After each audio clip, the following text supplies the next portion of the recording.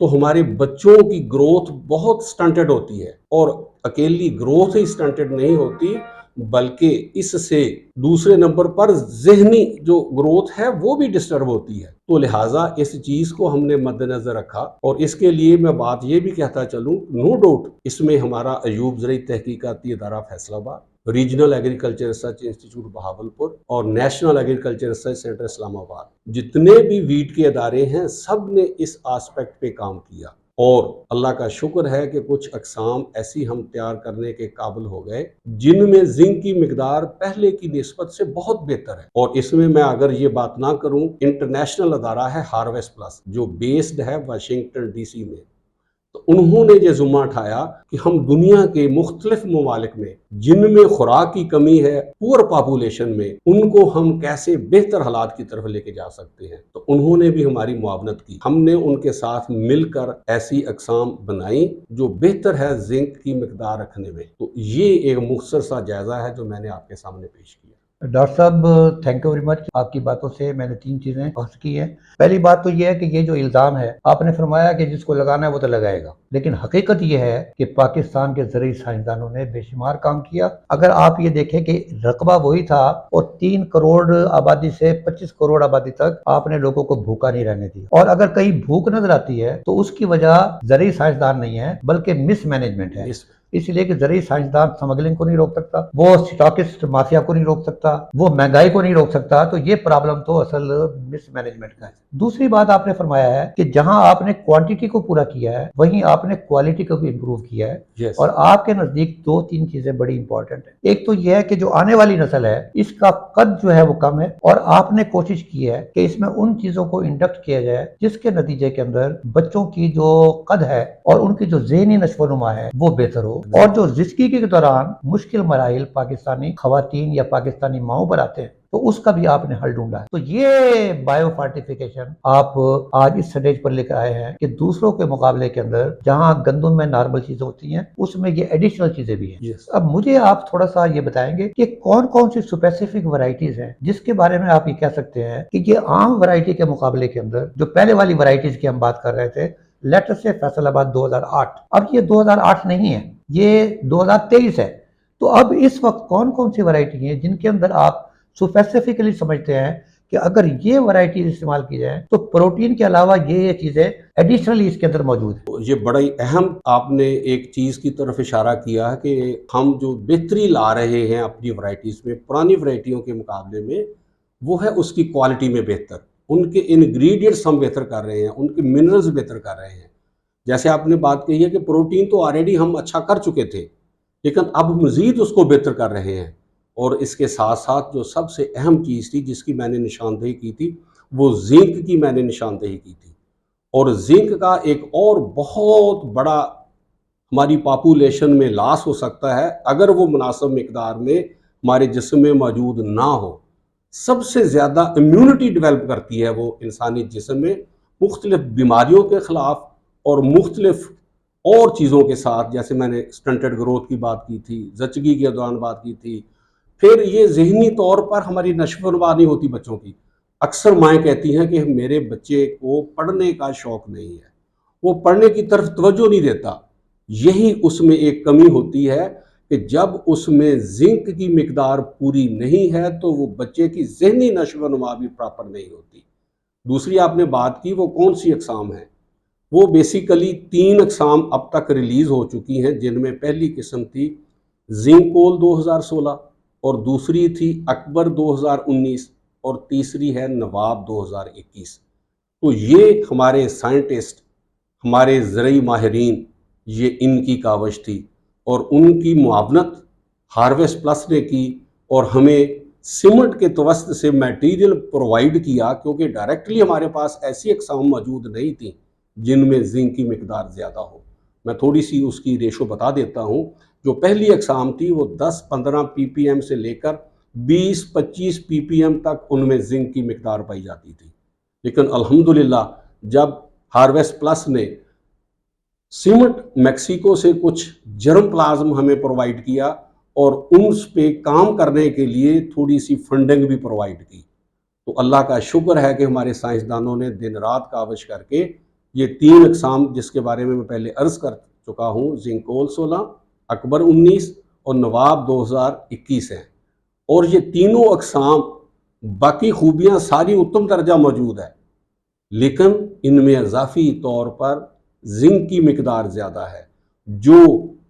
جن میں ڈیفیشنسی جن اشخاص میں، جن افراد میں، جن بوڑھوں میں، جن بچوں میں، جن خواتین میں ان کی کمی کی وجہ سے ان کی صحت کو پرابلم تھے، الحمدللہ وہ بہتر ہوئے ہیں اور مزید بہتر ہوں گے۔ اور اکیلی بات یہی نہیں ہے کہ میں اب اکبر 2019 کی بات کرتا ہوں، یہ ایسی ایک قسم اللہ تعالیٰ کے فضل و کرم سے ایوب زرعی تحقیقاتی ادارہ کے شعبہ گندم نے ریلیز کی ہے، جس میں زنک بھی زیادہ ہے، بیماریوں کے خلاف قوت مدافعت بھی زیادہ ہے، اور ہر خطے میں یہ کامیابی کے ساتھ کاشت ہوتی ہے اور پیداوار بھی زیادہ ہے۔ یہ قسم ایسی ہے کہ یہ 3 سال کے عرصے میں ٹاپ پر آ گئی ہے، رقبے کے لحاظ سے یہ سب سے زیادہ رقبے پر اکبر 2019 پچھلے سال کاشت ہوئی ہے۔ اس سے 1 سال پہلے فیصل آباد 2008 ٹاپ پہ تھی، اب اکبر 2019 جو ہے وہ پہلے نمبر پر آ گئی ہے ورائٹی، اور یہی اس کی خوبیاں تھی، اور یہی ایک وجہ تھی کہ ہمارے ملک میں پچھلے سال ریکارڈ پروڈکشن ہوئی ہے، کیونکہ اکبر 2019 کا زیر کاشت رقبہ سب سے زیادہ تھا۔ ڈاکٹر صاحب یہ آپ نے بڑے اچھے طریقے سے ایکسپلین کیا کہ اگر میں ایک ویٹ فارمر ہوں اور میں جو آپ نے نمبر بتایا ہے نواب کا، اگر میں یہ استعمال کروں تو اس کا مطلب یہ ہے کہ میں اپنے بچوں کی بھی خدمت کر رہا ہوں اور اس قوم کے بچوں کی بھی خدمت کر رہا ہوں۔ میرے ذہن میں اس وقت جو چیز آ رہی ہے وہ یہ ہے کہ آغا شورش کاشمیری کو میں نے دیکھا ہے، مولانا عبدالستار خان نیازی سے میں ملا ہوں، مرزا جٹ کے بارے میں، مرزا صاحبہ والا، اس کا میں نے سنا ہے، احمد کھرل کے بارے میں نے سنا ہے، اور پتہ چلا کہ ان کے قد کاٹ سے اندازہ ہوتا تھا کہ ان پاکستانیوں کی کیفیت کیا تھی۔ لیکن اب اگر میں کسی کالج کے باہر دروازے پہ کھڑا ہو جاؤں تو مجھے کوئی ایسا بچہ نہیں ملے گا کہ جو آگے چل کر میں یہ کہوں کہ آغا شورش کاشمیری ہوگا، مولانا عبدالستار خان نیازی کی طرح ہوگا۔ آپ نے بڑے اچھے طریقے سے ایکسپلین کیا کہ صرف قد کاٹ کی نہیں ہے بلکہ دماغ کی بات بھی اس میں شامل۔ اب میرا سوال آپ سے صرف یہ ہے، and which is very very important, اور مجھ پر آپ بڑا احسان کریں، اس لیے کہ ہم پاکستانیوں کی ایک خصوصیت بن گئی ہے، وہ یہ ہے کہ ہمیں دوسرے کی تھالی میں پڑا ہوا لڈو موٹا نظر آتا۔ ہم یہ سمجھتے ہیں کہ ہم بیکار ہیں، ہم کچھ نہیں کر سکتے، ہمارا بیڑا غرق ہو گیا ہے، ہم قتل ہو گئے ہیں، ہم جلد سے جلد دیوالیہ ہونے والے ہیں، اور دیوالیہ کی بات ہم اس طرح کرتے ہیں جس طرح گھر میں بیٹا پیدا ہونے والا ہے۔ تو آپ مجھے بتائیے گا کہ let us come to weight only, کہ ویٹ کے لحاظ سے پاکستانی زرعی سائنسدان دنیا کے مقابلے میں کہاں کھڑے ہوئے ہیں؟ دیکھیں جی، اب گندم کی بات ہے تو گندم سے امپورٹنٹ فصل پاکستان کے لیے کوئی بھی نہیں۔ یہ جو ڈیلی ڈائٹ ہے نا، اس میں آلموسٹ مور دین 75% کیلریز جو ہے نا وہ ہم گندم سے لیتے ہیں، بنیادی غذا ہے۔ ایک بریڈ کا سلائس لیں تو اس میں 75 کیلریز موجود ہیں۔ اگر ایک چپاتی کی میں بات کروں تو اس سے مور دین 100 جو ہے نا کیلریز وہ موجود ہیں۔ تو آپ اس کا سمجھ لیں کہ کتنی زیادہ اہمیت ہے، کتنی زیادہ اس میں طاقت موجود ہے گندم کے دانے میں اور گندم کے آٹے میں۔